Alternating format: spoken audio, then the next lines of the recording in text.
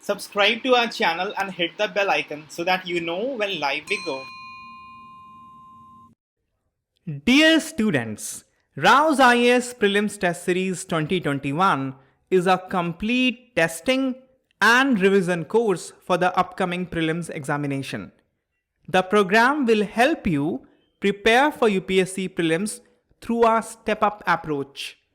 It is a meticulously designed study plan to organize your preparation and keep you on track towards covering the prelims GS and CSAT syllabus extensively from NCERT to the advanced level.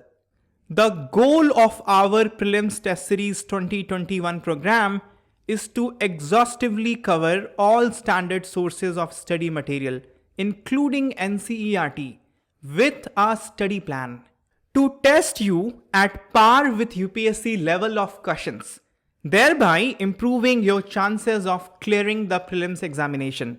To give multiple revision of the entire syllabus from the perspective of civil service prelims pattern. The test series program will also give you the final revision of all topics and themes before the examination through QIP videos and prelims compass notes. The QIP videos or Quality Improvement Program videos are for speedy revision of all important topics for the upcoming prelims examination. QIP videos are kind of crash course for the prelims examination.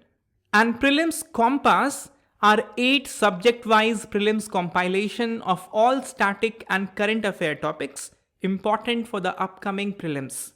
Rao's IAS Prelims Test Series 2021 will include topics test, testing the concept of candidate. It will include thematic test on both the concept and the current affair of that particular theme. It will also include current affair tests covering the monthly current affairs.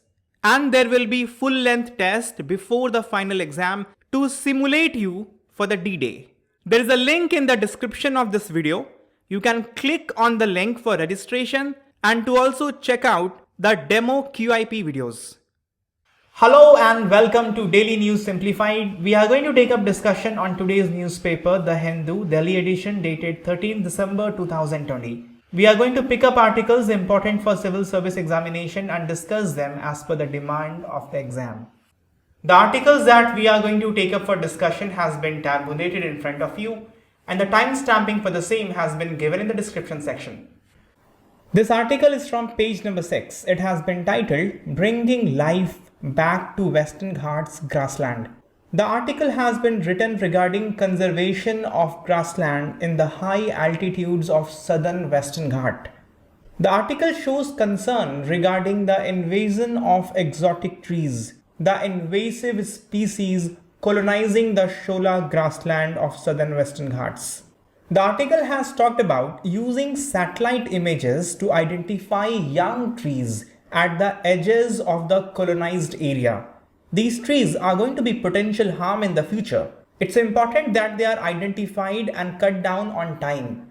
The article says that trees that have grown already have a big seed bank. So even if they are cut down, it is not going to be of much help because the seed dispersal from these trees have already happened. We are going to touch upon 3 areas concerning this article that will be important for our exam. First of all, we are going to see the species which are exotic, invasive for the Shola grassland. Secondly, we will see what are these sky islands where the Shola islands exist.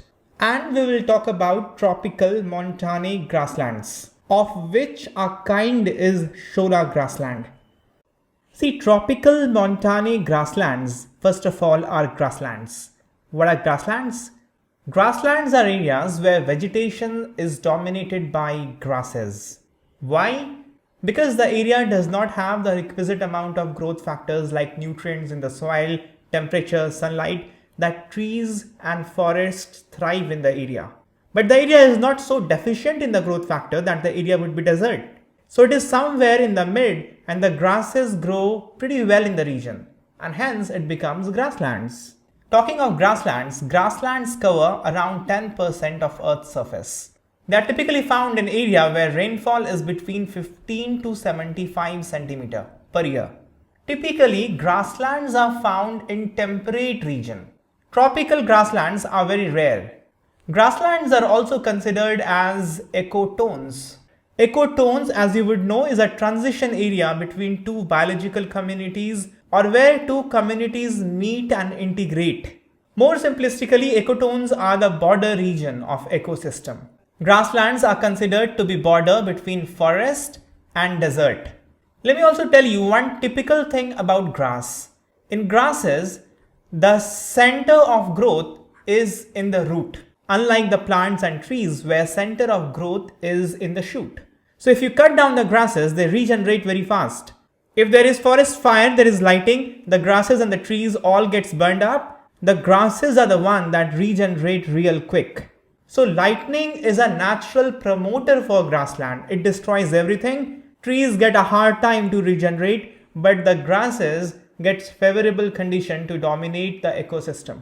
The term montane in the name of biome refers to high altitude. In this context, we are talking about Western Ghats high altitude around 3000 to 8000 feet. And tropical in ecosystem and climatic description refers to conditions of being cool, wet and having intense sunlight. So tropical montane grassland is a feature in India in the southern Western Ghat. They are rare, they forms only 2% of all the grassland in the world.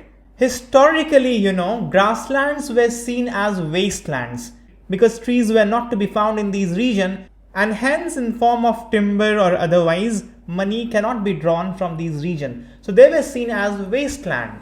Even today in the forest management plans, the grasslands are classified as wastelands. Britishers did experiment by colonizing these grasslands, quote unquote wastelands, by some trees so that some timber can be drawn from the region, some fuel woods can be given to the local people. They did this and that and that and this, but the fact of the matter is those trees have been proven to be invasive. Those trees are destroying the natural habitat of tropical montane grasslands. See, first of all, grasslands are not wastelands. Even though visibly they are not giving anything economically, but their contribution in the ecology is huge. First of all, if you want to make use of it, you can use it as a pasture, the grazing ground for animals. Secondly, the water retention capacity of these grasslands are very high. They act as hydrological recharge areas. They are responsible for water flowing downstream perennially. Many of the rivers originate from these grasslands. Also, they regulate the global carbon cycle. As you would know, the grassland ecosystem are highly productive. The biomass production is very high. But unfortunately, in the last 44 years, 23% of montane grassland in the Western Ghat has been destroyed. These ecosystems at higher altitudes in the Western Ghat, at the peak of the hills and the mountains, they're also called as sky islands. The basic premise of an island, an isolated bit of land surrounded on all sides by an inhospitable region, occurs not only in ocean, but also in the sky. Sky islands are basically the tops of tall mountains that become environmentally isolated from each other, even when they are geographically not far away. The habitats on these hilltops, they are really islands in the ecological sense. On these sky islands, there is one typical habitat, a typical ecosystem called as the Shola Forest. They are to be found only in the southern Western Ghats. They are tropical evergreen forests. The conditions in these regions is of low temperature and high humidity. Shola Forest, basically by definition, this word Shola means a mosaic of grasses and trees. But as we have talked about earlier, in the region where there is grassland, the growth factors are not very supportive for the trees and the forests. That is why the trees in the Shola forests are stunted. And they are not very useful economically because the timber value of these trees are not very high. There are two unique important things about the Shola forest. First of all, they have variable microclimatic regions. If you just go 100 meters up and down, you will find the climate to be completely different. The region in the Shola forests are cool and humid, but 100 meters down would be completely dry. The reason being, these Shola forest and grasslands in general, they have very high water retention capacity. And many of the South Indian rivers of Tamil Nadu and Kerala, they originate in these Shola habitats. For example, River Kavini, which later on goes and joins River Kaveri, that originate in the Shola forest. So much of the water requirement of Kaveri Delta comes from these Shola forests. There is another very unique thing about Shola forests, that is endemism of flora and fauna in these forests. The reason is, Shola forests, as we have discussed, they are found on the top of the hills, and they began to be formed when Western Ghats began to be uplifted around 150 million years ago. On the higher elevation, these unique habitats were formed. But these habitats, even today, they act as different pages in the chapter of evolution. The unique thing about these habitats is that they have been in geographic and climatic isolation with other habitats. Even two Shola forests have been in geographical and climatic isolations. There have been multiple glaciation events around 4 million years ago. The geographic, climatic and ecological isolation have been very profound because there were events of glaciation, and a very profound glaciation event happened around 4 million years ago. After the glaciation event, there was aridity in the region where ice were formed. So life forms went up the mountain to avoid this arid region, and they remained up the mountain because there was nowhere to go. So the extent of endemism in these Shola forests is very, very high. Even birds on different hilltops are very different. Maybe to your surprise, there are many similar looking birds on different hills in this region, but they are classified as different species because over the period of time, genetic variation has become very high. There are many birds and snakes and frogs and butterflies. There is rich biodiversity and there is high endemism in Shola forests. So they are not wastelands. From ecological perspective, they are very, very valuable. You need to know the name of some of the invasive species that are colonizing the Shola habitats. The most important of them are acacia, which is also locally called as wattle. Acacia and eucalyptus, they were introduced from Australia. And later on, pine and cypress were also introduced. And these four are the most dangerous invasive species in the region. On one hand, because of these invasive species, the Shola habitat is getting destroyed, and on the other hand, the species in these habitat are becoming extremely rare because of reduced gene flow. The habitat is becoming extremely fragmented. One natural reason is these Shola forests being sky islands because they are on the hilltops. But apart from that, there are new anthropologic reasons of agriculture and timber plantation. These are causing fragmentation of these habitats. Recent researchers have shown that because of these, birds are getting split into smaller populations with very less or no gene flow between them. One of the research has shown that Shola kili, one of the very common bird in the region, their songs are different as we move on the east-west axis. This is indicator of very reduced gene flow among the birds. And the present reduced genetic flow is largely because of human activity. By the way, if you have not heard it so far, here is a song by Shola kili bird.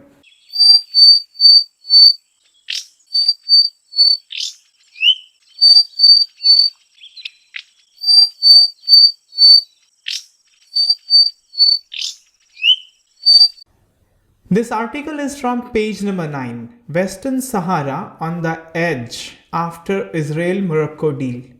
Actually, what has happened is Morocco has become the fourth Arab country after UAE, Bahrain and Sudan to have a peace agreement with Israel. Like the previous agreement, this agreement also has been brokered by US. US got to show that it is bringing peace to West Asia. Israel will come out of its international ostracization. And what did Morocco get? Morocco for long has claimed its sovereignty over Western Sahara, and US has recognized the Rabat sovereignty. Rabat is the capital of Morocco, the Morocco sovereignty over Western Sahara. And that was good enough for Morocco to get into the deal. Although this issue of conflicting and competing claim of different countries over Western Sahara does not have a direct bearing on India, but still we'll touch upon the issue very quickly and briefly because it's an issue in news and you must generally be aware of this. See, Western Sahara is a fairly large but arid and sparsely populated region along the Atlantic coast. It is bordered by 3 countries, as you can see here in the map. On the northern side by Morocco, or on the eastern side by Algeria and Mauritania. And these 3 countries lay claim on this region for a very long time. But this region was a colony of Spain. And after 1970s, when international pressure grew on Spain to vacate its colonies in Africa, then the excitement and aspiration of these countries also grew. And they were becoming impatient for Spain to move out. But Spain at that time was too strong for them to have a direct confrontation. So they adopted the old same trick of having a proxy war.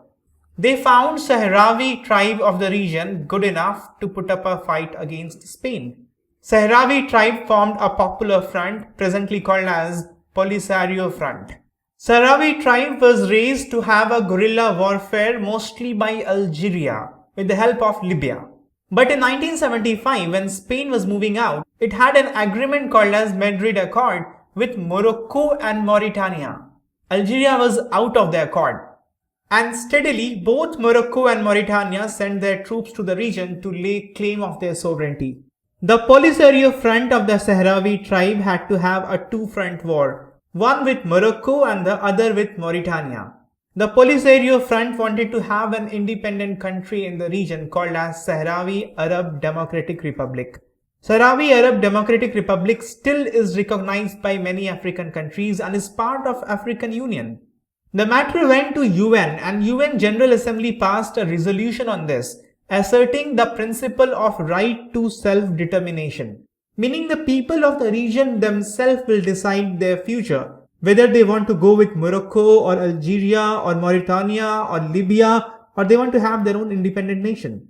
The matter also went to the International Court of Justice, and International Court of Justice did not see any merit in the sovereignty claim of Morocco and Mauritania.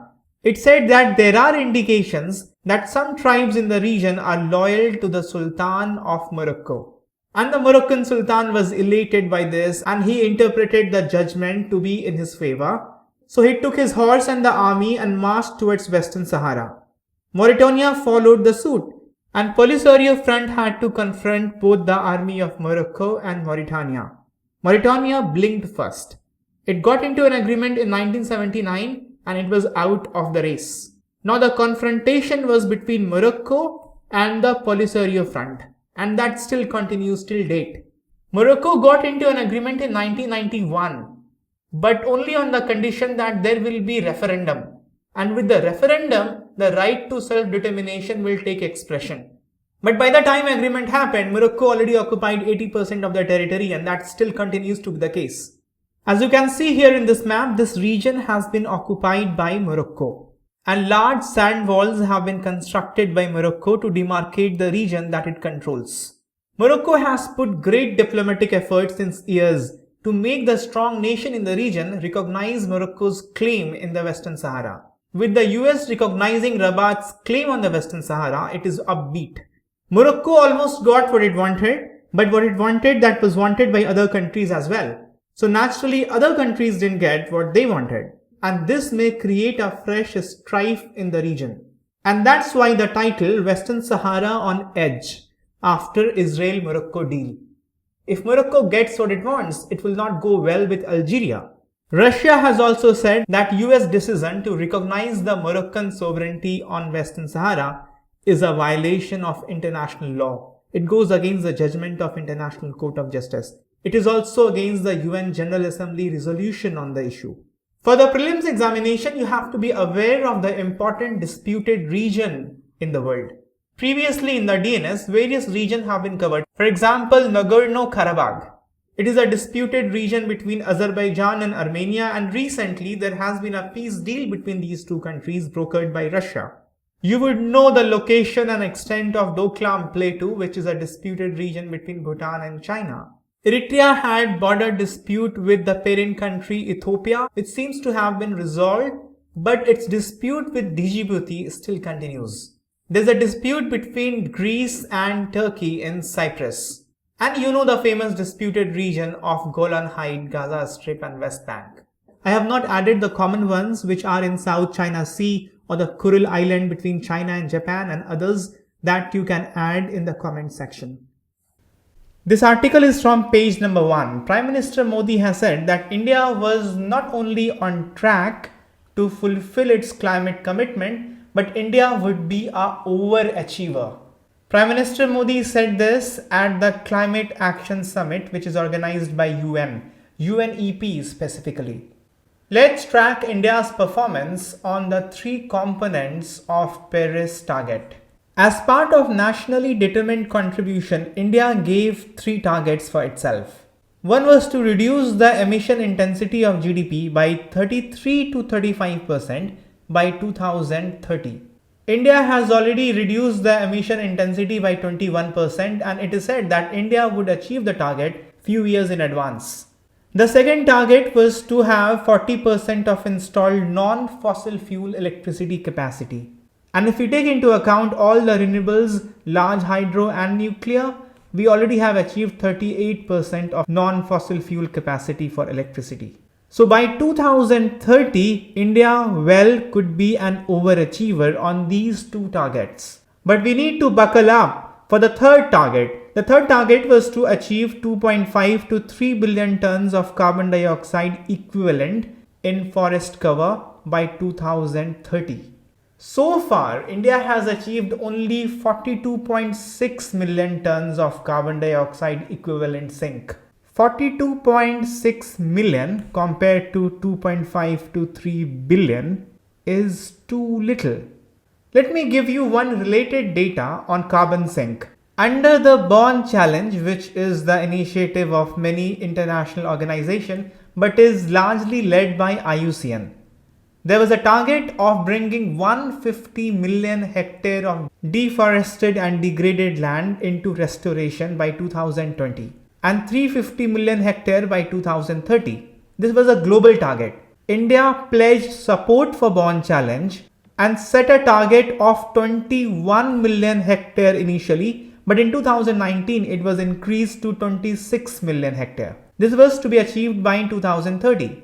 The initial announcement was made in 2015, which was to be achieved by 2020. The initial announcement was of 21 million hectares.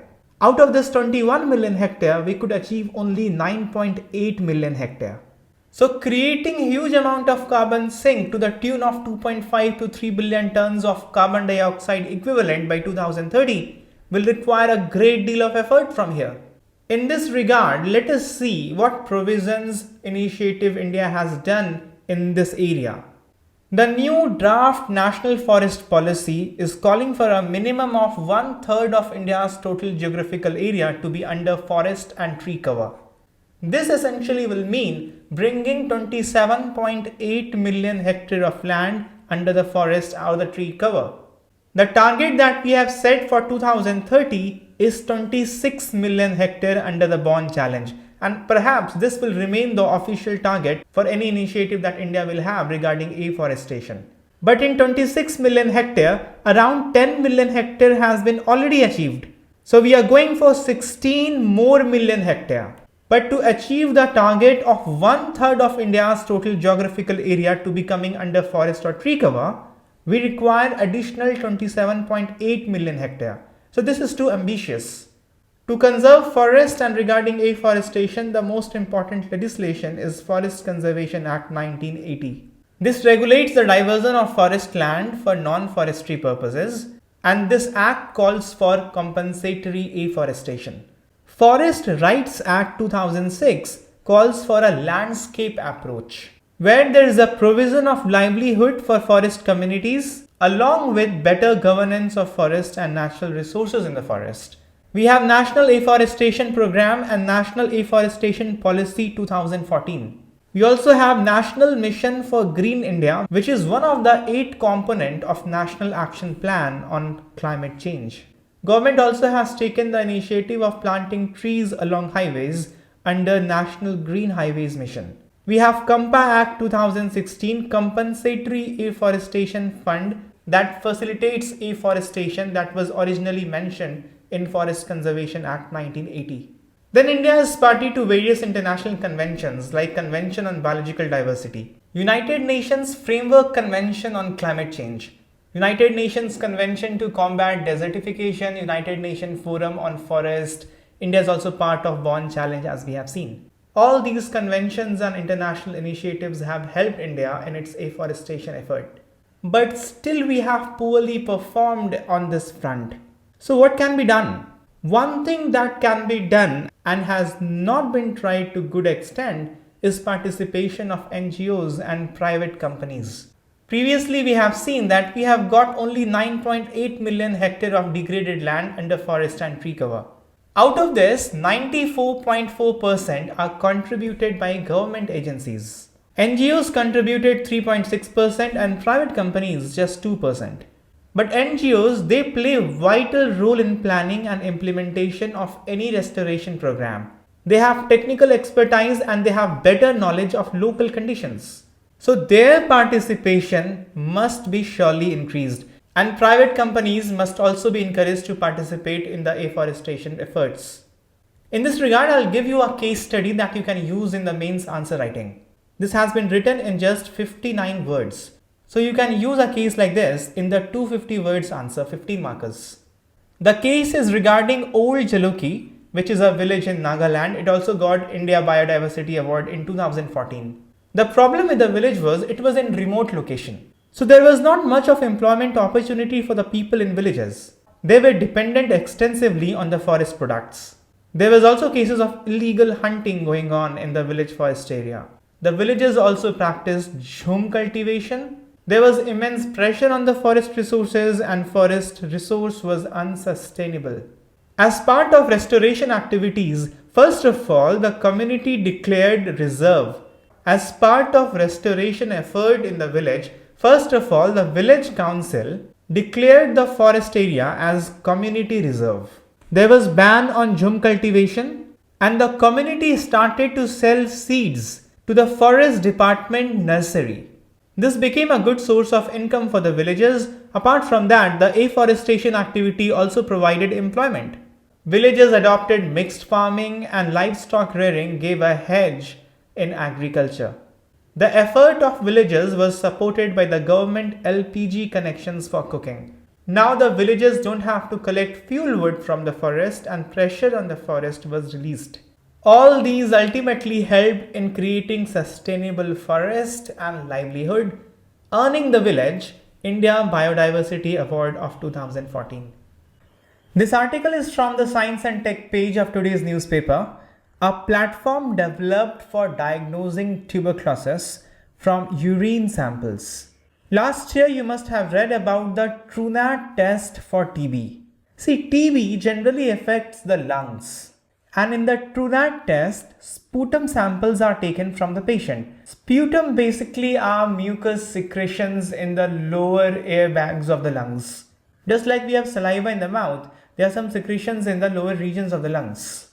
That sample is taken, RT-PCR test is done on that in the TruNat TB testing kit, and the result comes in around 60 minutes.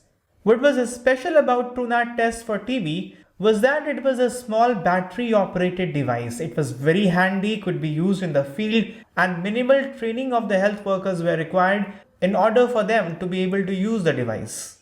So complicated time-taking lab testing was brought down to a simple testing kit that can be easily used in the field. But the problem here is TruNat test, although remarkable, still uses the sputum sample. However, not all TB are pulmonary or lungs related. There are extra pulmonary TB as well. So in that case, you will not have the sputum sample. Additionally, in some patients, especially in children, collecting sputum is not an easy thing. So diagnosing TB in those cases would be really difficult. It is in this context that this present research of IIT Madras holds prominence. However, the device or the platform that IIT Madras researchers are building is still to be tested in the clinical trials. So we will not go very much into the detail because it is yet to be proven. But the idea behind the testing kit that they are trying to develop is this. There is a glycolipid, the complete name I'll not be able to pronounce, but this glycolipid, let's say LAM. This is an integral component of the cell wall and the cell membrane of Mycobacterium tuberculosis. Mycobacterium tuberculosis is the name of the bacteria that causes the disease. So TB is a bacterial disease, not a viral disease, not a fungal disease. This glycolipid of the Mycobacterium tuberculosis is considered as the biomarker for TB diagnosis. And this biomarker will be good enough even for non-pulmonary TB. So through the urine sample, this biomarker will be collected and will be mixed with nanoparticles having antibodies. In 10 minutes of time, some reaction will go on, and if we dip an optical fiber of U shape into the sample, the immunocomplex that will develop with antibodies and antigen will be collected on the surface of the optical fiber. And this layer of complex on the surface will absorb light. And if you throw up light from one end of the optical fiber, it will get absorbed during its course of travel through the optical fiber, and the line that will come out with a lesser intensity. And depending upon the intensity, you can know the level of infection. In the optical fiber, you know that light travels through multiple refraction. And by multiple refractions, light keep on moving forward. This is a very efficient system of sending the light forward because there is not much of absorption. But when layers will be deposited on the surface of optical fiber, they will be absorbing light. So the light that is going to come out ultimately will come out with lesser intensity. And what advantage this testing kit will bring? First of all, you can test non-pulmonary TB as well. Second of all, as you can see, there is no RT-PCR test involved in this. So this is going to be fast. RT-PCR test in any case will take around 60 minutes, not less than that. This will do testing in around 10 minutes. And yes, it must also be cheaper. This article from the Science and Tech page is based on epigenetics. See, you know that the functioning of human body is based on proteins. Proteins that act as hormones, they act as enzymes, they act as catalysts, they act as building materials, they act as antibodies, they act as signal transmitters. The entire physiological function and even the structural strength of the body is given by proteins. And the signal to create a particular protein for the desired function in the body is created by genes. Any changes to the inherited DNA can result in the alteration of the protein production because of changes in the gene. And this can lead to malfunctioning of the body. This is the basis of inherited genetic disorders. However, the malfunctioning of the body may not only come from alteration in DNA. It can also be because of biological changes that influence or dictate the functioning of gene. See, genes are what? They are sequence of proteins. It is not just the sequence that matters, it is also the orientation in which these proteins are that matters. The article gives the example that the gene that encodes for the insulin protein, they are present in every cell of the body in the exact form. However, the gene starts encoding only in the pancreas because of the presence of beta cells in the pancreas. And everywhere else, the gene is kept in the inactive form because the beta cells present the gene in the proper orientation, which is not otherwise done in rest of the body. So gene that produces protein itself is controlled by regulatory proteins that dictates or influences the expressivity of the gene.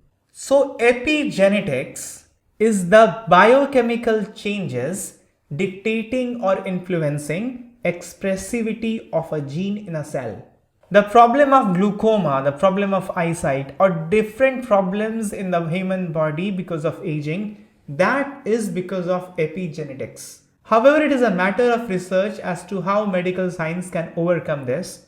When that day will come, when you won't have glaucoma, when your eyesight will not be gone because of epigenetics, because of aging. We will not delve more into the topic, that is not required from the examination perspective, but you have to be equipped with the term epigenetics. We have now come to the end of the session for today. Here is your question for the day. The answer to yesterday's question of the day is option B. Please go through the DNS quiz on the eLearn platform to have a sense of completeness from today's DNS. Thank you very much. Goodbye. Take care.